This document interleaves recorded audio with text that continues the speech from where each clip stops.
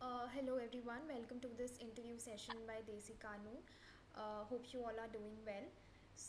We have Prateek sir with us, Mr. Prateek Lakra, who is the founding partner of Clergy and Wiseman. Sir founded his own law firm at the age of 25, and he has worked with the United Nations and has obtained a Master of Law, that is LLM, in Transnational Crime and Justice from the United Nations. And he has been an avid mooter since law school, has pursued a significant number of internships, and has also won the National Trial Advocacy Moot competition as a law student. Welcome, sir. It is a fortune to have you with us and set up this interview session for today. Thank you, Priya, for the kind words, and thank you, Team Desi Kaanoon, for having me here. It's a pleasure. Likewise, sir. My very first question to you would be that where did you get the idea to start your own law firm? Oh, so the maiden idea to start my own law firm came to us in the year 2017 when we won our first trial advocacy competition, moot court competition. So it was our first moot court, national moot court competition, and we won it. And the same day, we were trying to realize it, to digest it, that we actually won the moot court competition. And me and Avi, the same night, we were having a discussion and trying to digest it. And then we asked ourselves, we have completed a stage now. So what's the next thing? So till today, we used to think how we will, proceed with the moot courts. Now we have done it. What's next? So the maiden idea came the very night we won our first moot court. Then we decided we would start a venture. We were not sure that we would start our own law firm, but we thought that we would start our own venture. So it might be a legal tech or a law firm, or at that time we used to think that we would start our own litigation firm. But we never thought we would come into startup litigation, corporate litigation, or general litigation, or finally start a full service law. Okay, sir, that's quite a journey. The first thing that impressed me was you were very passionate about it since the very beginning, and then you acted on it, which a lot of people are not able to do. So that's really appreciable. Sir, were any major difficulties that you experienced while starting your law firm, including on a personal front as well as on a professional front? I would not say difficulties, but I would change it with a word as challenges. There were a lot of challenges, definitely. Uh, there's a list of challenges I can go through, but all these challenges have taught us as a team at Clergy and Wiseman, how to overcome these challenges and move further. So some of the challenges were first main challenge that we were 25 and nobody in the industry was ready to trust us. Why would somebody give two 25-year-old freshers, almost freshers, their cases? So that was the first challenge to make a name in the industry. So the way to make your own name in the industry with no experience was to have a good hold on the law, to present yourself that 25-year students, passed out recent graduates, can do a lot better than person who has an experience exactly of our age. So that was the first hurdle, and the second hurdle follows it, to get clients. Though we started a law firm, we did not have clients the day we started our own law firm. So getting clients was a hurdle then, was a challenge then, and it's still a challenge now because it's really hard for people to accept 25-year-old lawyers starting their own law firm, and and you have to actually answer some of questions which are very uncomfortable. People really ask, "कर तो लोगे ना?" Uh, these sort of questions. And people are not also very uh, comfortable with paying you upfront. They're like, कर लो फिर देख लेंगे, नहीं हुआ तो क्या हुआ, what will happen to my fees? So these are some questions which we are still getting. So one of the challenge was to make a name for yourself and establish yourself and to get clients. Now, since we are full service law firm, it gets more difficult because now I have to work towards litigation, towards startups, and towards corporates as well. So startups is still easy because most of the people in the startup are of our age only. But the most difficult part is the litigation. People find it really hard to uh, trust on first generation fresh lawyers. Next big challenge was definitely financial problems. So right after the UN, in mid the UNI came, they sent us back to our home stations, and we started our own law practice. So we started our own law firm with our savings only, and at that time, I used to sleep in the office. I either had the money to afford accommodation or to get an office. So for the couple of 4 5 months, I used to sleep in the office. I used to have a folding bed, which I used to keep it on the back side so nobody's you can figure out that I am sleeping here in the office and working in the morning. So first 4 5 months were hard because we had to channelize. We had to keep the operations running. You need money for the operations because let it be traveling, your stationery, money for uh, getting new clients or approaching new people. Uh, so monetary money was initially a challenge to us, but hopefully we overcame it in 4 5 months. And the next challenge was with expanding. So once the sustainability you have reached sustainability, you have to scale. Now, scaling is another a very difficult part. How do you scale? With two people sitting in the same office cannot scale. Okay, whatever energy you put in, how long do you brainstorm doesn't matter. You need more brains to scale. Okay, you need more outreach. So right now, sitting in Delhi and getting a client in Bangalore is scaling for me, and it's not easy for me. First, the geographical problem. Second, wanted to go out there, meet that guy. But thanks to COVID, these virtual calls are more accessible now. But still, that physical touch is very important when you get a client. So scalability is an issue because to scale, you need more people. You need to hire more people. You need fresh brains because we love working with people who are young because every day after the office hours, everybody in the office they sit down and we brainstorm. So scaling was another challenge amongst other challenges. Yes, sir, you were very correct about that. Even I, as a law student, have heard that when you enter the litigation sector, so there are a lot of challenges you have to overcome, including this stereotypical notion that there are certain established names. So you have to, if not at par with them, then you have to like justify, getting into the profession. So you very beautifully led us through your journey, and I'm sure you are at a better position now, and people do know about it. And personally, I did read about you on LinkedIn as well, so that was very impressive how you have been working on this. So I was very curious about the name Clergy and Wiseman. How did you come up with this name?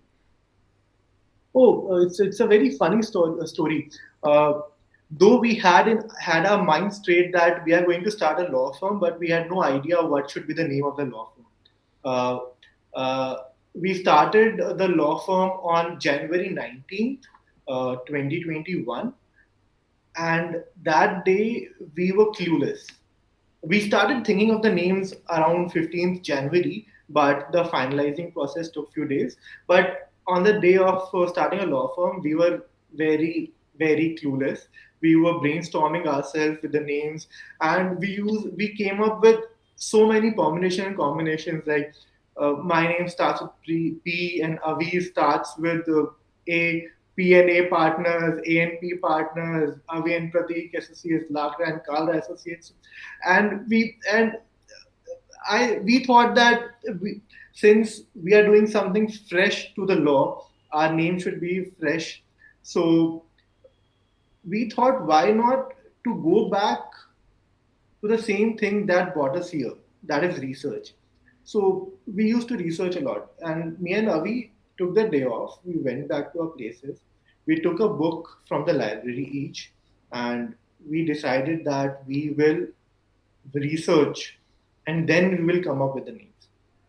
The same night, I was reading a book on judicial history.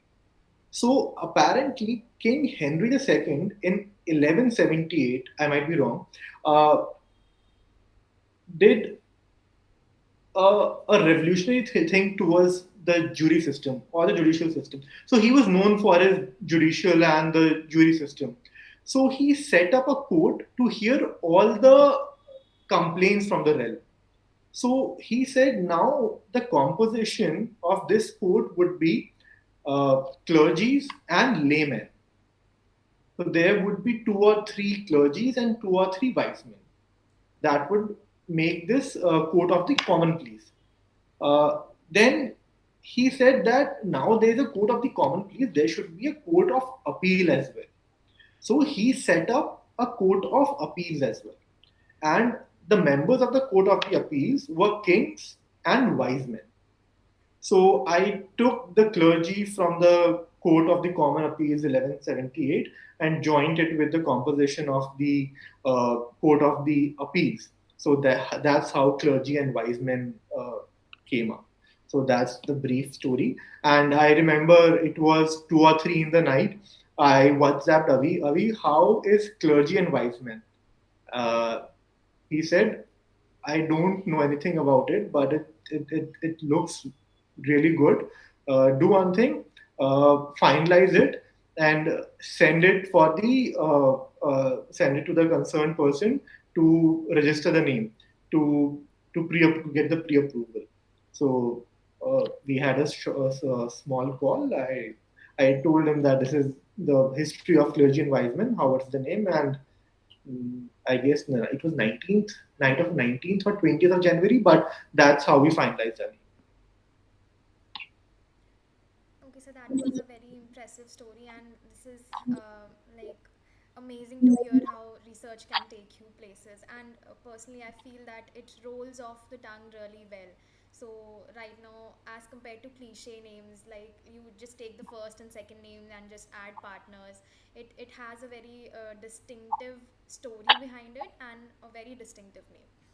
So, sir, I would like to know certain strategies for success as a first generation lawyer that you have noticed and you would like to um, suggest to the law students who will be watching this.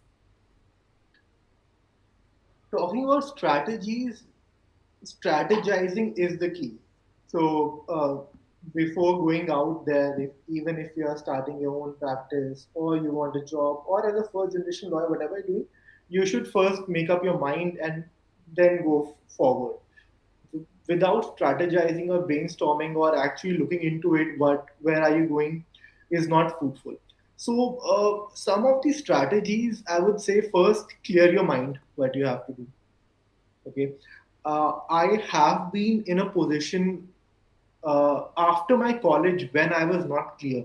Uh, though me and Avi, we had an idea of starting our own law firm, we did not start our law firm right out of the law school. I went for LLM in United Nations. So at that point, my mind was not very clear. Abhi also wanted to practice for some time.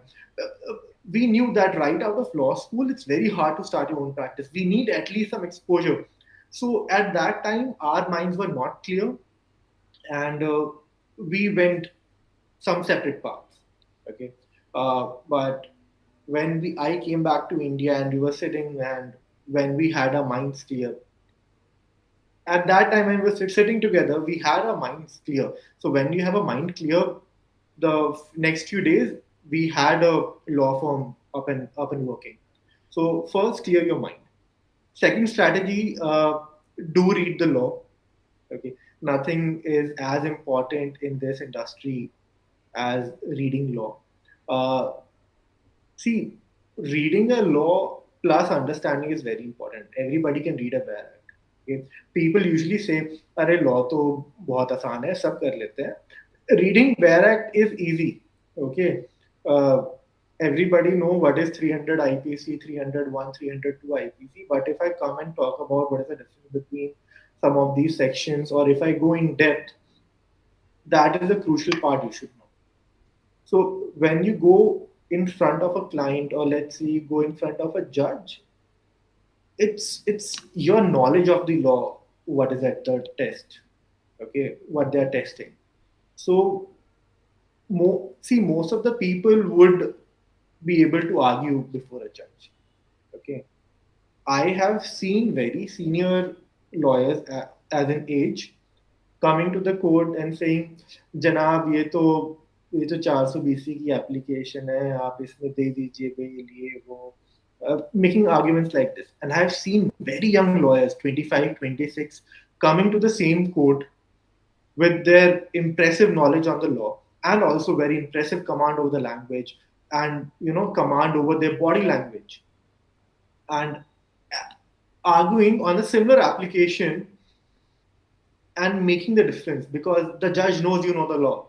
If the judge says something, you will have an answer to it. So you should work on your knowledge, on your legal knowledge, plus as well as I think you should work on your speech as well as your body language. Body language, trust me, plays a very important role. Okay, if you're standing at the bar very clumsily, it makes a bad impression. That's what I've seen from my point of view. So you should strategize on how you're going to present yourself orally as well as to the body language. And next strategy, I would say, is very important. If you are starting your own law practice, team up, have your A team. It's very important to have a team. You know what is better than one mind? Two minds. And what is better than two minds? Three minds. So it's very important to strategize how you're going forward, um, how you want to succeed further, and for that you need your A team. You need to team up. So always partner with like-minded people, or even if you're not partnering up, hang out with very like-minded people, because there's always a lot of things that you cannot evaluate or you cannot think, but other person can, and it would be same for him. And these are the key strategies that you should keep in mind before going solo or going out of the college doing whatever. If you're a first generation lawyer, or even if you're not a first generation lawyer, you should take care of these things. These are very important Very well pointed out, sir. Body language is something people do notice generally, if it is not, even if it is not in a professional case. The person, how a person interacts with others, and the mannerism. That court mannerism is even taught at law school level. So there were certain very valid points that were pointed out by you. So, sir, how were your early law school days like? How were your peers? How were your professors and your experiences in and out law school? things. So if I have to summarize my early law school days in one word, I would say joyful. I was a very average law student, um, a 7 pointer, 7 CGPA average law student. I would say I enjoyed first 1.5 years of my law school. I used to do some basic studies. Uh, that's it.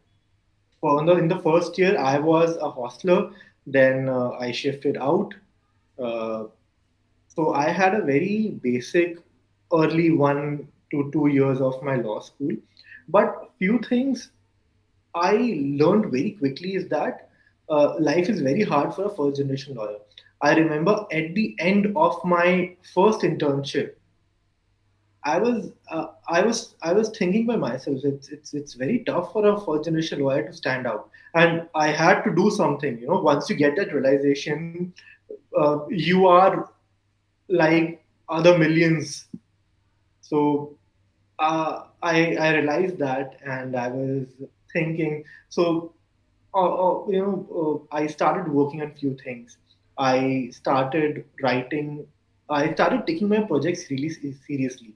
Earlier, I used to take 1 or 2 day out and submit my projects, but I used to uh, thoroughly research and give 2 3 weeks to my one project, and that's how it started. But they were very joyful initial years. But third year was the time when I started getting serious about my future, what I have to do, and that's the time when I did my first inter moot court, and then we started doing the nationals, and you know the learning process never stops. Then we understood the importance of a moot court or a research papers, because uh, only marks are not going to support you. They will play a very crucial role though, but that's not the only foundation you should rely on. So yeah, it was joyful. Right, sir. So you mentioned about a lot of learning experiences, and when you moved out of law school, you prepared for national modes and everything. So, which experience would you particularly quote as your best learning experience? Oh, the best learning experience was the finals of my first trial advocacy competition. Uh, I learned that how important is it thorough research, and why research and drafting and all these skills are so emphasized.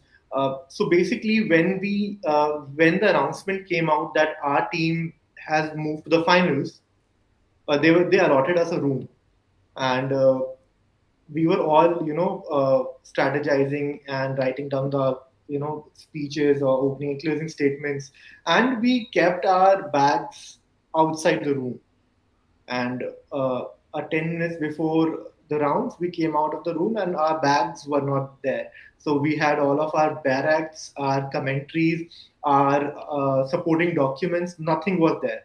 I remember I only had one commentary of Ratan Lal and Dheeraj Lal on IPC in my hand, and other was a piece of paper which had all the questions of cross examination and minor opening closing statements.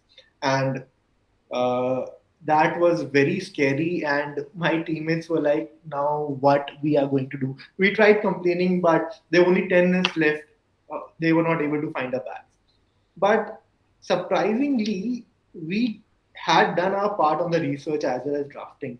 So going out to the judges and doing the whole rounds were the same as I would have had my barracks of books with me.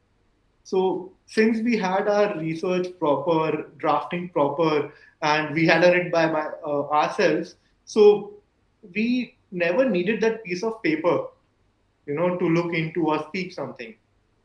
So it was a very learning experience for me, and for the whole team, that once you do uh, grab that knowledge on the law and you practice it, you won't need any file or any books to read it to. You have it all stored there. So I always emphasize to all the people working in the law firm that take your time and do a thorough research by yourself. Take your time. Initially research can be slow, but you would learn it all by yourself. And once you learn it all by yourself, it's always in your mind. Nobody can take it away. People can take away your books, but they cannot take away the knowledge that's stored up there. Very That was rightly pointed out, sir. And I think in a situation like this, the most important thing is to stay composed and stay confident about one's research and whatever one has prepared for that particular competition or moot. So, very rightly said, sir. So, you have like studied and had an working experience at the UN. So, how did you find a difference in the work culture of UN and working at a law firm or at any place in India? There was definitely a gap if I compare these two. So when I first started studying the UN, so UN had a mix of cultures. Okay, there was a mix of cultures. Plus, there was a mix of civil law countries as well as students from the common law countries. So the thought process was completely different with the students from the civil law country. Okay, and they had a very different work culture. Okay, at the UN, so people will stick to their work, but they do not like sitting for hours at the office. They believe in they believe in a concept, and I strongly recommend this concept to everybody, that work smarter, not harder. Harder work will never pay off, but a smarter work will pay off. And trust me, United Nations will train you to work smartly rather than for long hours. So that's one thing, that's very very unique thing I learned there, and they will program you like that. And even today in my law firm, I ask people, I don't want you guys to sit at the office till 1 or 2 in the night. I don't want to ruin your personal lives. We constantly have that talk how to move towards the smarter way of working rather than spending lots of hours into it. So we brainstorm it, and we have come up with different research methods. We have come up with a scrum, how things flow. So we have a scrum in the office. So scrum is basically a wall where we have put all the sticky notes, and there's a name of every associate or intern. We take one, we assign the sticky note in front of that person. So that's how we work smartly. So UN has taught me to work smart, not hard. And second important thing that UN taught me is that you have to enjoy your personal life, because at at the age of 25 or 26, it's your enjoy to be it's your time to enjoy and to be out there. So you should never compromise on your personal life. You should always maintain a balance. I remember my senior, he used to kick me out of the office sharp 7 in the evening. He said, I don't want you to sit in my office and be a grumpy face the next day. Go and enjoy your life, but complete your work by 7. Okay, I still need my work till 7, so do work smartly. Okay, and one more thing he used to emphasize is that work in a team. He was the one who used to say, what is better than one mind is two minds, and what is better than two minds is three minds. See, so he used to have the system of strategizing, or collecting people of the same minds, and ask them to work on the same thing. So he either used to make people of the same mindset sit on a single topic, or if he wanted to, get new discoveries out of something, he used to a group of people with different mindsets to sit together. So we would explore different horizons. And if we had to move into one path, then all the like-minded people would used to sit together. So these are some of the things which studying or working with the UN has taught me, and I personally implement these things in my life as well as in the ecosystem of the law. Also, sir, one thing that I have noticed, I might be incorrect here, is that the work culture of addressing seniors as sir and ma'am is not that common in the Western front or in the westernized countries. They tend to address each other by surnames or first names in order to avoid that seniority and juniority factor. So, Yeah, yeah, it's true. I remember there was a faculty who was a graduate from Harvard and working as a assistant prosecutor. I would not take the name, and I used to call him. On the first day, I called him sir. He said, "I am nobody, sir. Okay, I am no sir. Just call me by my name." So it was a little weird in the starting, but you get used to. We only used to call people sir who were very very senior, like secretary or the GC or other people. But otherwise, we used to call people by their names. right, right. This is a very like a personal question. What are your hobbies and what do you tend to do in your personal time, like me time, that you believe increases your resourcefulness and your capability to think? Oh, I'm a coffee enthusiast as well as I'm a professional barista. So I spend my time, free time, or the free time in the morning post workout with my coffee machine. So I used to initially work during my UN time and during the COVID time. So I wanted to earn extra bucks, and sitting at home, I used to work at a cafe, and plus I did the professional course of a barista. Uh, so I had a thing for coffee from the very starting. So that's one thing I do in a spare time. I make coffees, and I also love making coffees for other people. So I experiment with coffee. Another thing is reading. With a cup of coffee or an iced coffee, I sit down and read some nice books. I really like reading non-fictions. I'm very much into non-fictions.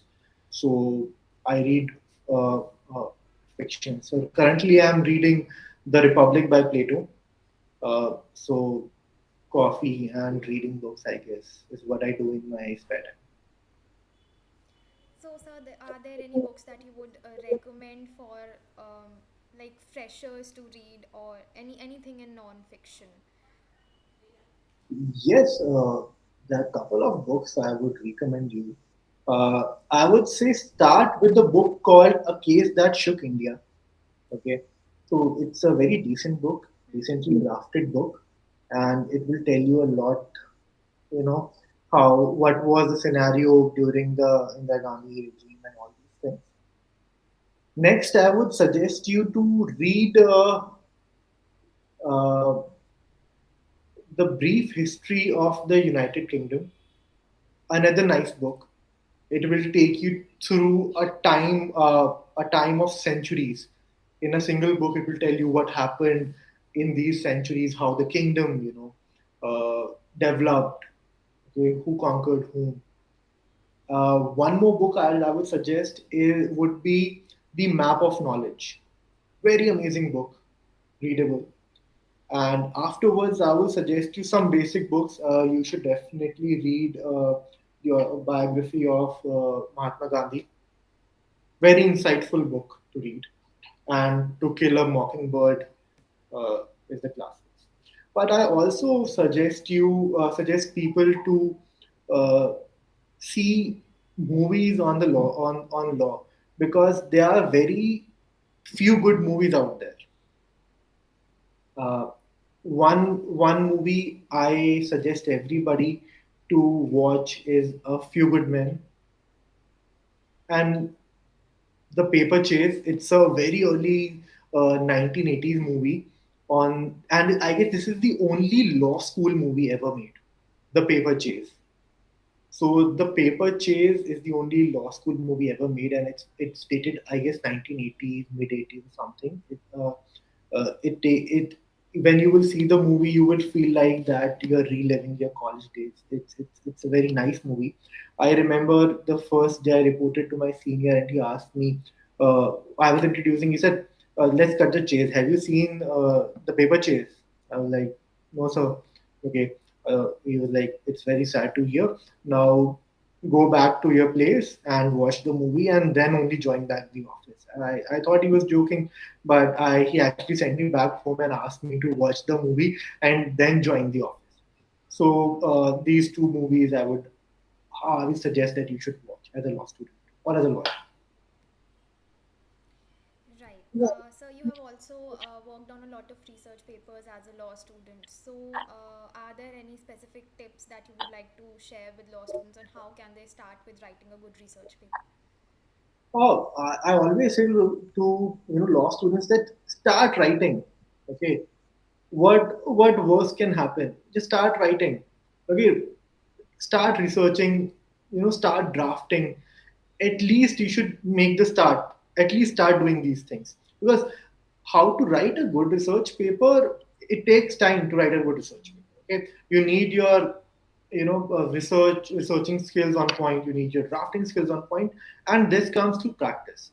Okay, trust me, you won't find solutions on the first page of the Google. Okay, you might have to go to the 60th page of the Google search, or you might have to read couples of law lexicons or 10 or 12 commentaries. Then you would get what you want.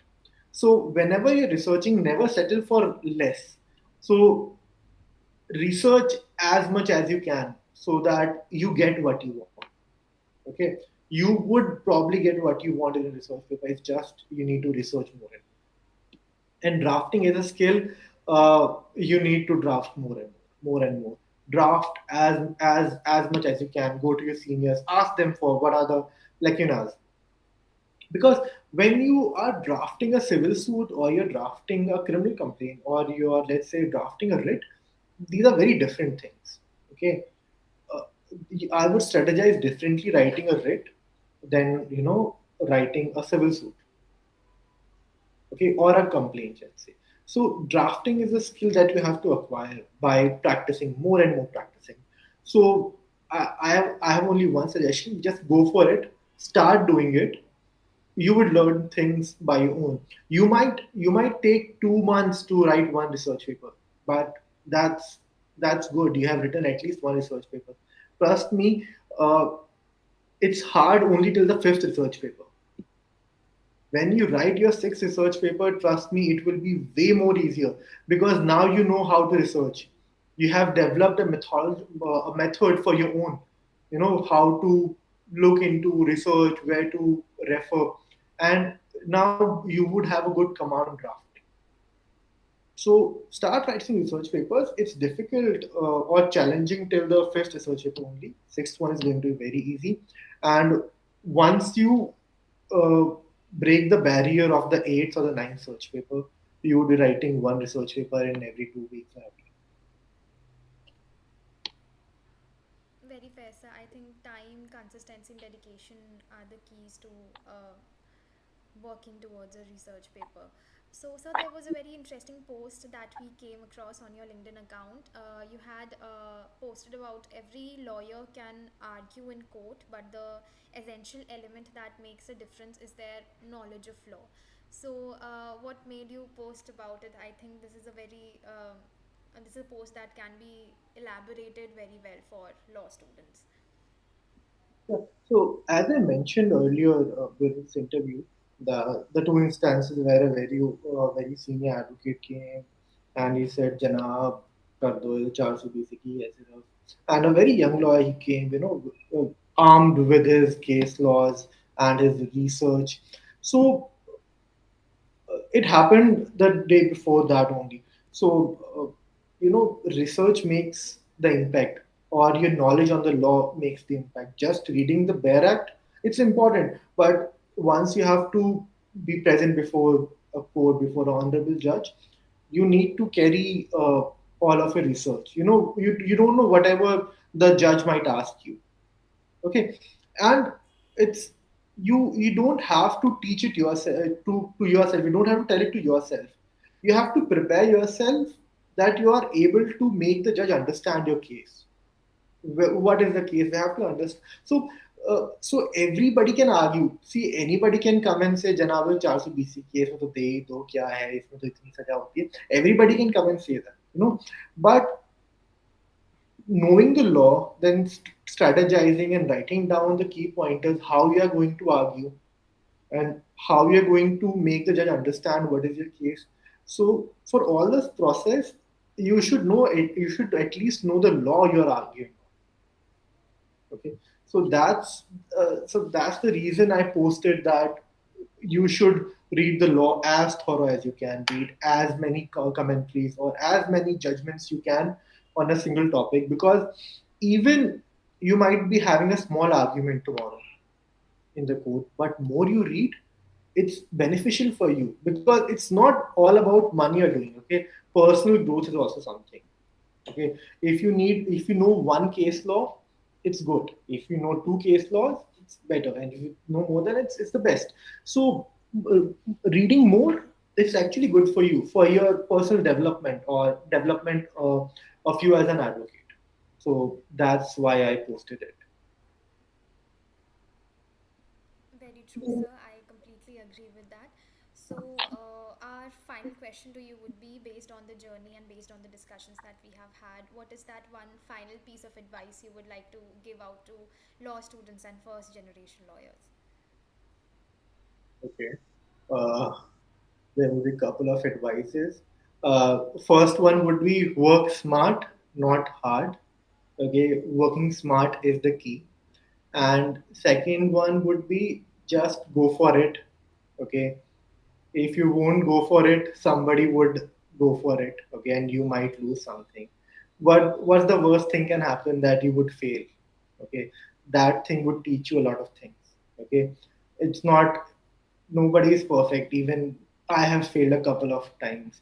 I remember losing my first lead when I went to a client and he said, sir मैं 25-26 साल के young lawyer को मैं case नहीं दे सकता, तो इतने करोड़ का केस है, I want somebody. So what worse can happen? You can lose a client, or you won't get the client, or you would fail. That's a part of the process. So just go for it, just do it, because something good will come out of it. And always have a mentor. So having a senior, a mentor, is very important, because there should be somebody to tell you that you are doing it right or you're doing it wrong. Because whatever do it yourself, whatever you're doing it by yourself, it's it's actually right for you. But there should be some third person to judge you that, boss, calm down, you're doing it wrong. So there should be somebody to tell you that. And last but not the least, study law as more as you can, research as more as you can, draft as more as you can. Take There are a lot of courses nowadays. Okay, you can, as an intern, you can polish your skills by doing internships. People interns do not take the internship seriously, but trust me, when I when I am hiring a fresher, I never see those marks. I see, how polished is that person, how much, hard he has worked in his internship. Because trust me, if you have worked really hard in your internships, uh, you have more knowledge than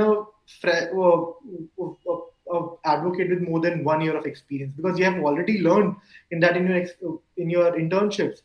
So always works towards polishing yourself. Or as an advocate, always never stop learning. Okay, you might win a case in a particular field. Trust me, the knowledge is so vast that it will never end. So learn new things every day. It's going to be very fruitful. So I guess that's some of the advices I think they are very important. Thank you, sir. Thank you so much for these incredible advices and the insightful session that we have had. And definitely, it's going to be a huge offering for law students and everyone who is going to be watching this. So, thank you once again for joining. And I'll be sending you the recording after the major edits. So, it can be posted on your handle as well. Perfect, perfect. Thank you so much, Priya. Thank you for the lovely interview. It was nice talking to you.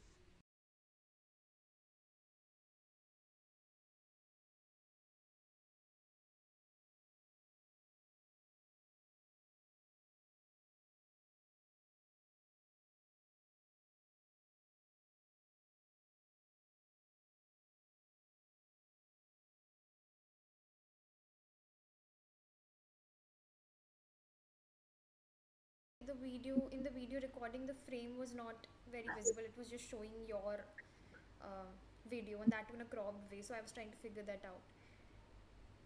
Okay, Perfect, so I'll start now. perfect. Yeah. Okay. Hello everyone.